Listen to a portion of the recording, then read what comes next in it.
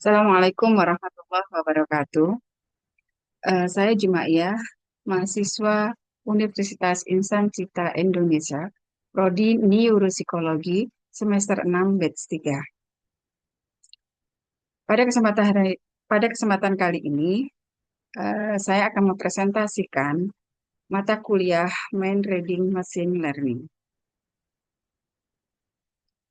Materi pada pertemuan mata kuliah ini yang pertama yaitu definisi, sejarah, dan konteks teknologi pembaca pikiran. Kedua, teknologi antarmuka, otak, komput, sinyal otak. Tiga, bagian otak dan cara kerjanya. Empat, cara kerja dasar dalam mind reading machine. Lima, eh, peran AI dan machine learning sebagai penerjemah. Enam, membaca emosi melalui teknologi mind reading machine. Apa itu mind reading machine? Mind reading machine yaitu teknologi yang mencoba membaca pikiran manusia melalui sinyal otak. Teknologi yang dapat menangkap dan menafsirkan aktivitas otak, sehingga dapat memberikan gambaran, pikiran, emosi, atau niat seseorang, dan dapat mengartikan pola otak. Contoh teknologi pencitraan otak. 1. BCI, 2. EEG, 3. fMRI, 4. MEG. BCI atau Brain Computer Interface, yaitu eh, sistem yang memungkinkan otak manusia berinteraksi secara langsung dengan komputer tanpa perantara gerakan tanpa perantara gerakan fisik. BCI mengendalikan sinyal otak, kemudian menerjemahkannya menjadi perintah yang dapat dijalankan komputer. BCI pertama kali dikembangkan untuk membantu penyandang disabilitas parah seperti penderita kelumpuhan total agar dapat berkomunikasi dengan lingkungan mereka. Yang kedua yaitu EEG. EEG yaitu menggunakan elektroda pada kulit kepala untuk merekam aktivitas listrik otak. Keunggulannya adalah non-invasif dan murah, tetapi memiliki resolusi spesial rendah, sehingga sulit menentukan area otak secara presisi.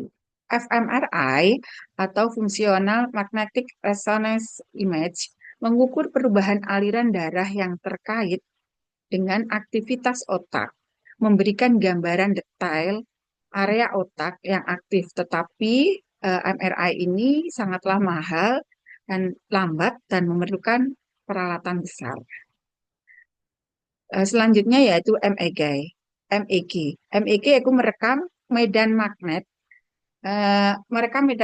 yang dihasilkan oleh aktivitas listrik neuro, memiliki kecepatan tinggi dan resolusi baik, tetapi biayanya sangat mahal.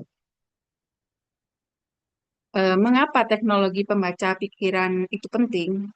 Ya, eh, pem- apa namanya? Teknologi pembaca pikiran itu bisa membaca bagian otak seperti korteks prefrontal, amigdala, korteks visual, dan korteks motorik. Bagian-bagian otak. Otak adalah orkestra yang memiliki banyak bagian dan bekerja sama menciptakan pikiran, emosi yang berupa jejaring yang saling berkolaborasi dan bekerja sama satu sama lain. Jika salah satu dari saraf atau otak ini ada yang bermasalah, maka akan terjadi cedera atau terjadi ketidaksempurnaan atau cacat.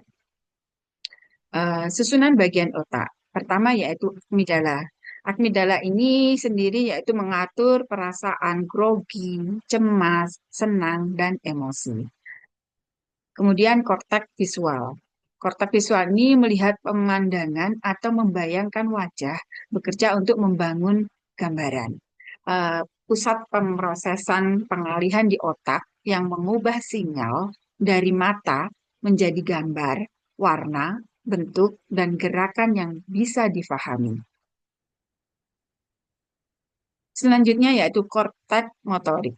Dalam kortek motorik, mengendalikan gerakan seperti menggambar, mengetik, berjalan, dan keseimbangan. Selanjutnya, kortek prefrontal. Dalam korteks prefrontal ini merupakan bagian terpenting untuk fungsi kognisi, membantu berpikir jernih, membuat planning, dan membuat satu keputusan. Cara kerja dasar main reading mesin yaitu akuisisi, pemrosesan data, dan interpretasi output untuk psikologi. Yang kedua yaitu pemrosesan data. Dalam pemrosesan data melalui round data, data-data dikumpulkan, setelah dikumpulkan baru difilter. Dalam pemfilteran ini data-data yang tidak akurat akan terbuang sehingga data-data yang bagus akan diekstrak. Nah, diekstrak ini yaitu data-data yang sudah valid. Setelah itu yaitu interpretasi output untuk psikologi.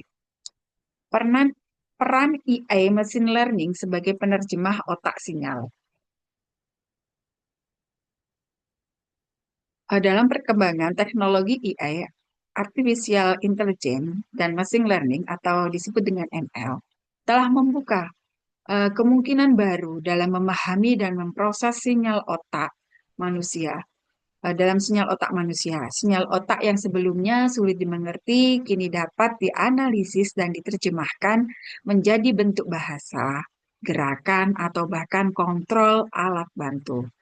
Berkat kemampuan algoritma pembelajaran mesin yang kompleks.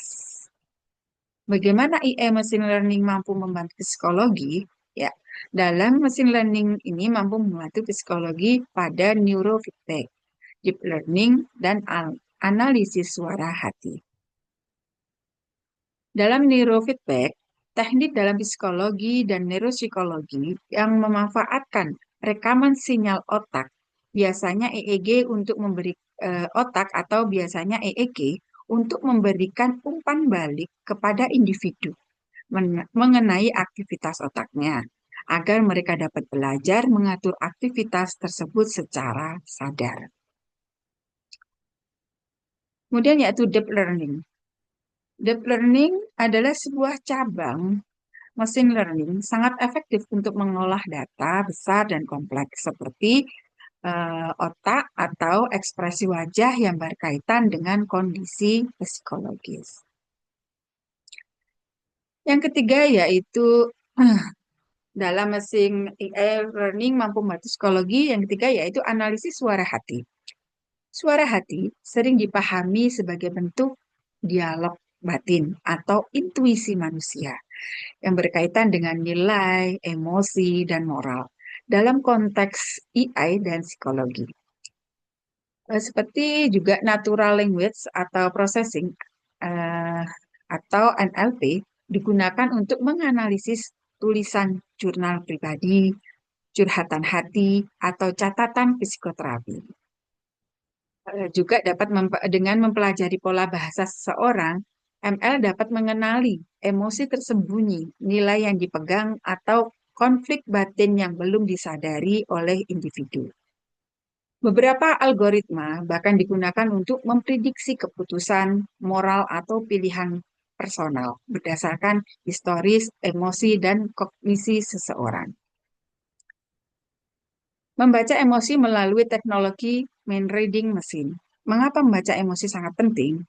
Dengan membaca emosi, mampu mengenali dan memahami serta merespon emosi diri sendiri dan orang lain, sehingga meningkatkan hubungan interpersonal.